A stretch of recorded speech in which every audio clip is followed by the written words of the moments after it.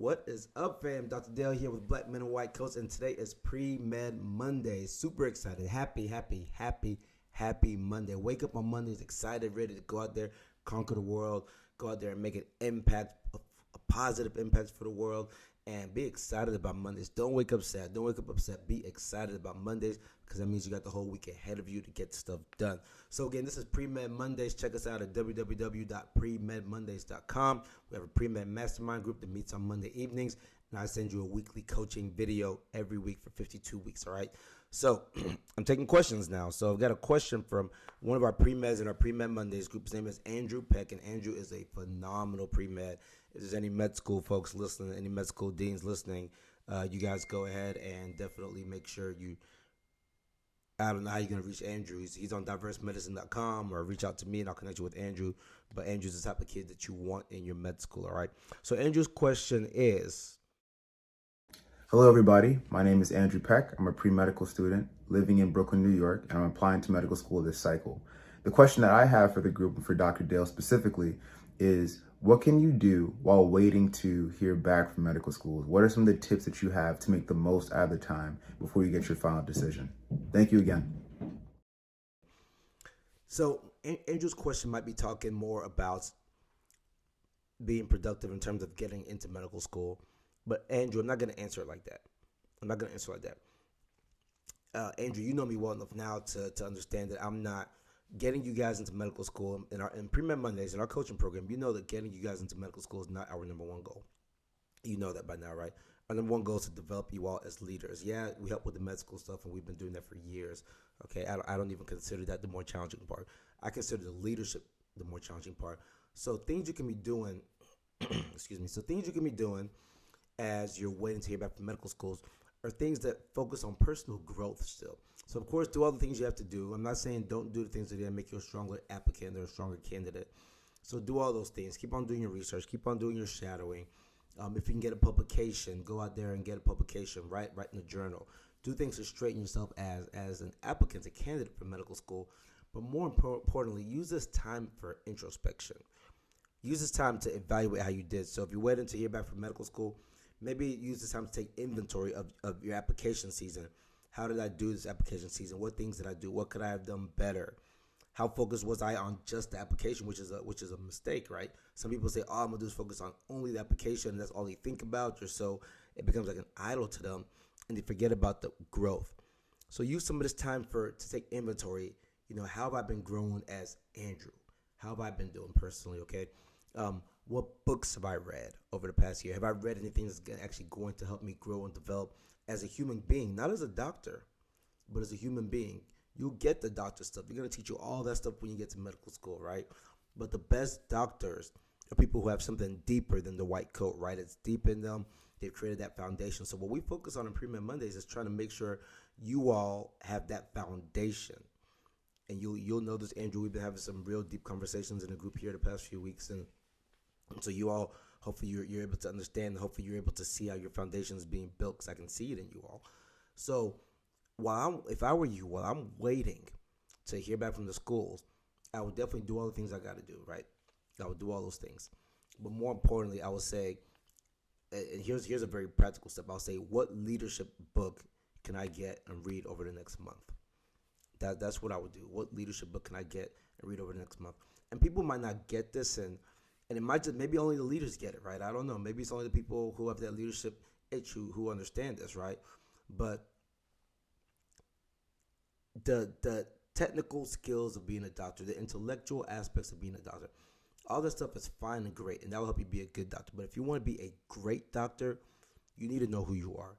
You need to know where you want to go in life, how you want to impact people. You need to know your why, right? You have to develop that foundation. And the way you learn how to do those things is by asking people who have done it. And a lot of people who have done it have actually taken the time to write down how they did it in books, right?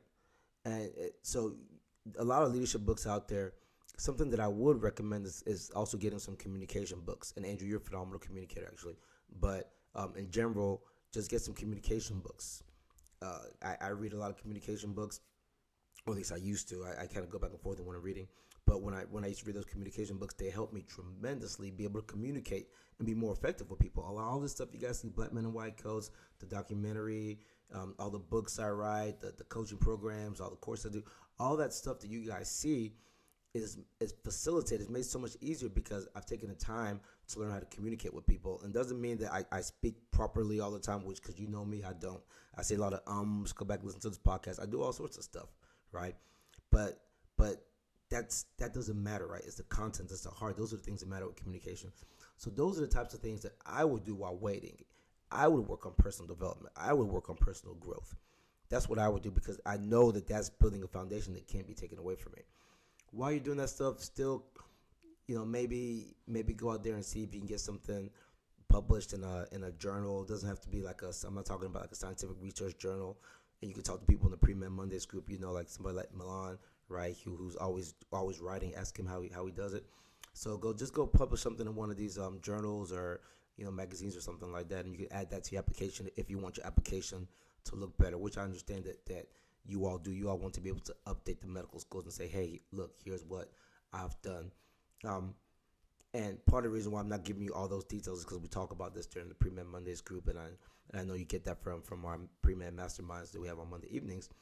But the thing that I probably don't tell you guys enough, and I don't know if I can tell you enough because it's so important to me, is work on your personal growth, work on your personal development, work on those things that are going to last forever, no matter which direction you go, no matter which hospital you end up working in, no matter which patient you have in front of you, no matter which student you have in front of you while you're teaching them medicine down the line.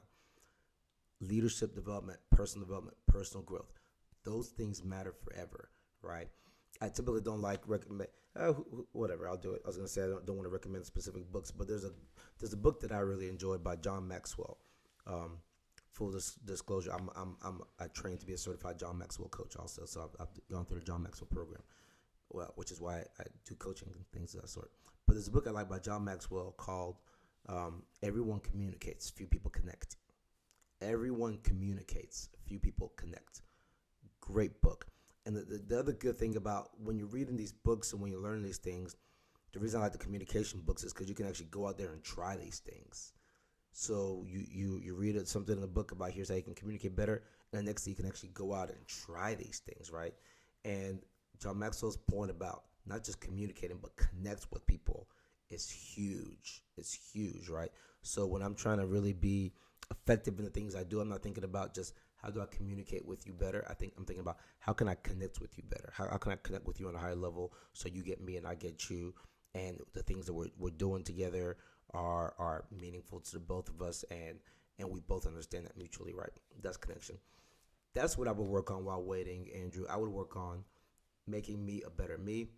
I would do one or two other things to check off that list to say, hey, if you want to update the med school, you can say, hey, I've shadowed more hours and I published this article, right? Or hey, I got a job working in the lab, or whatever it is that you might be doing. You can do that, send it to the med schools to update them. But what's going to be even more impactful is that personal development, learning how to connect. Because trust me, when you start going back, last week we talked about last week's episode of PreMed Mondays on this podcast. We talked about, I answered Kim's question and talked about how do you maintain those relationships with deans. A big part of that is knowing how to connect with deans also. So Andrew, that's what I would do. I hope it's helpful. I hope you get where I'm coming at. Don't make it all about medicine. There's a whole lot more to life than medicine. Make it about how do I grow as an individual so I can have the biggest impact no matter where I am. You might not even be in a hospital. You might be at a gym. You might be at a church. You might be walking on the street. How do you have that impact as Andrew Peck? That's what you want to do. All right, guys. I hope this was useful to you guys. If it was, go ahead and drop a comment. Let me know if it was. If it wasn't, tell me it wasn't. And if you have any questions, I want to answer you all's questions. So go ahead in the comment section below or email. You can email me directly, as a matter of fact. Email Dale@blackmenandwhitecoats.org, Dale@blackmenandwhitecoats.org. Email me what questions you have, and I'll do my best to get them answered here on this podcast. All right, guys, love you. Have a phenomenal week.